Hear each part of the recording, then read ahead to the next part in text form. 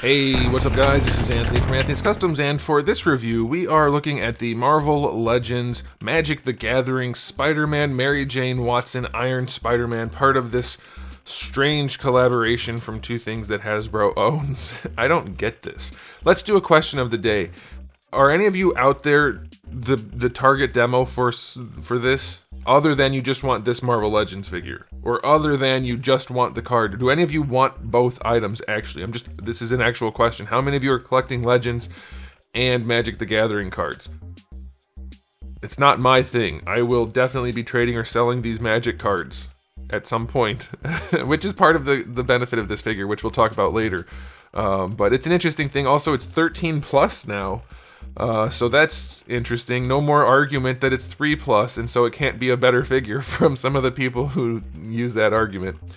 This is a Marvel Legends figure for $40 with a Magic the Gathering card packed in. That's what it is. And we're going to talk about it and we're going to review it. So let's go ahead and get it off the stand and take a closer look.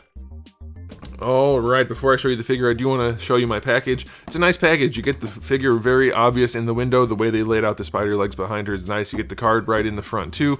Otherwise, it is kind of like a Marvel Legends standard package nowadays, but also they've mixed the Magic stuff in there. That's the same artwork as on the card, and it looks so much better than the figure. So much better. And then you get these guys. I'll review them all. They all come with a card, so I need to open them to sell those cards.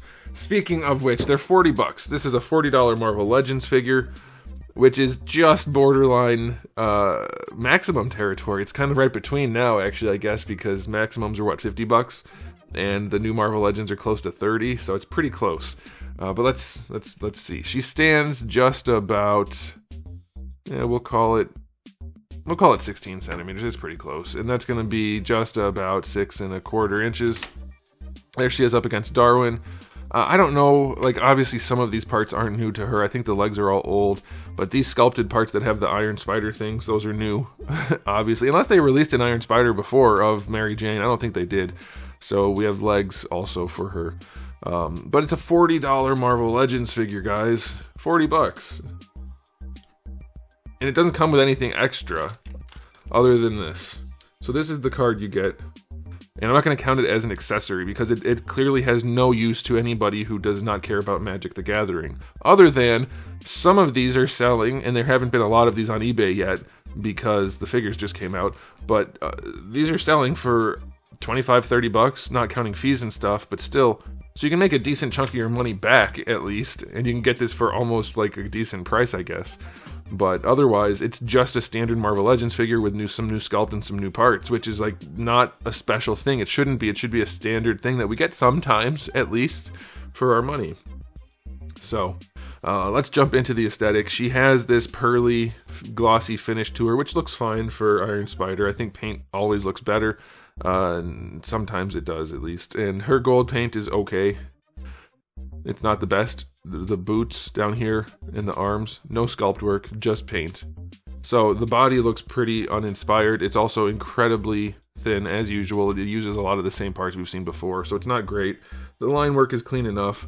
The face and head sculpt, those are pretty nice. I think that looks pretty good. The hair, I don't love the windswept hair personally, especially since it limits poseability significantly, but it is okay. And then the sculpt on the spider legs is actually pretty good, and all of these ribbed areas have a little bit of paint on them.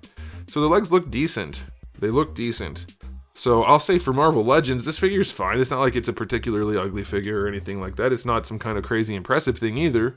It's fine. It's pretty good. I'll give it for Marvel Legends. If you're counting it at a regular price point, an 8 out of 10 for the aesthetic. If you're counting it at $40, it's nowhere near a $40 figure. It's not even close. Now, as far as accessories go, because like I said, we're not counting the card. That is simply something you can hopefully sell if you can go through the effort of doing that. You just get the 2 fist hands, 2 thwip hands, and then the 2 heads. And granted, the heads are pretty decent, but that's not like some kind of impressive array of accessories. So you could say, oh, but she comes with the spider legs and we have to pay for that. We didn't used to. I don't care if things cost less back in the day. Figures that came with extra stuff, it got worked in across all of the other figures so that it didn't make a difference and you don't have to pay extra. This is a $40 figure, just you're paying extra right up front for some spider legs that I don't think you should have to pay extra for. You want to make that argument, knock yourself out. Keep buying $40 Marvel Legends that are made out of gummy, crappy plastic. That's your call. But as far as I'm concerned, accessory-wise, it's the 2 hands and head. This is part of her body. It's not an accessory. 5 out of 10, I guess. Now let's talk about articulation. We'll do these first. These peg into her backpack here. They peg in well enough. They're all right, and they have the hinges that are pretty soft. There's technically ratcheting going on, but they're pretty soft. We have one fixed hinge, then we have another hinge up here, just like the other one. It technically can rotate, but the way they've done it, you can't really rotate it as you're using it. You have to straighten it out and then spin it around. And then you can kind of bend it, except the rotation happens not on the joint itself. So the articulation on the legs is not great. Another fixed joint, and then you have another one over here. So they're good. They're mostly for looks. Like, I'm sure somebody out there could try to figure out a way to make it look like she's using them in some effective way, but they are not like sturdy plastic. They are just floppy, wobbly, nothing. So just like that, what was it, Superior Spider-Man, the one with the head like the funny eyes. I talked about how it's not able to hold the figure up, and people are like, but it can technically. Yeah, great, technically. You can make it work. It doesn't look good, and it's crappy plastic. The point still stands. The same thing here.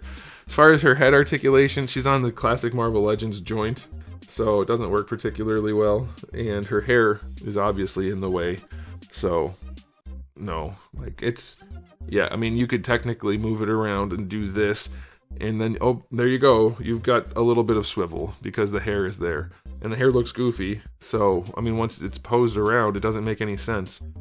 Not a good design for the hair. The head doesn't have much range. For the shoulders, better than horizontal. That's pretty nice. Full rotation, of course. No bicep swivel. No butterfly joint. Bicep swivel is fine. Double jointed elbow. That's all standard. Wrist is standard. Torso on this figure leans back really far. Doesn't look very good. Oh, man. Leans forward, not very far. Looks bad. Side to side is pretty good. Rotation is there. Nothing in the abdomen. For the hips, they go out to about 45 degrees, just a touch over.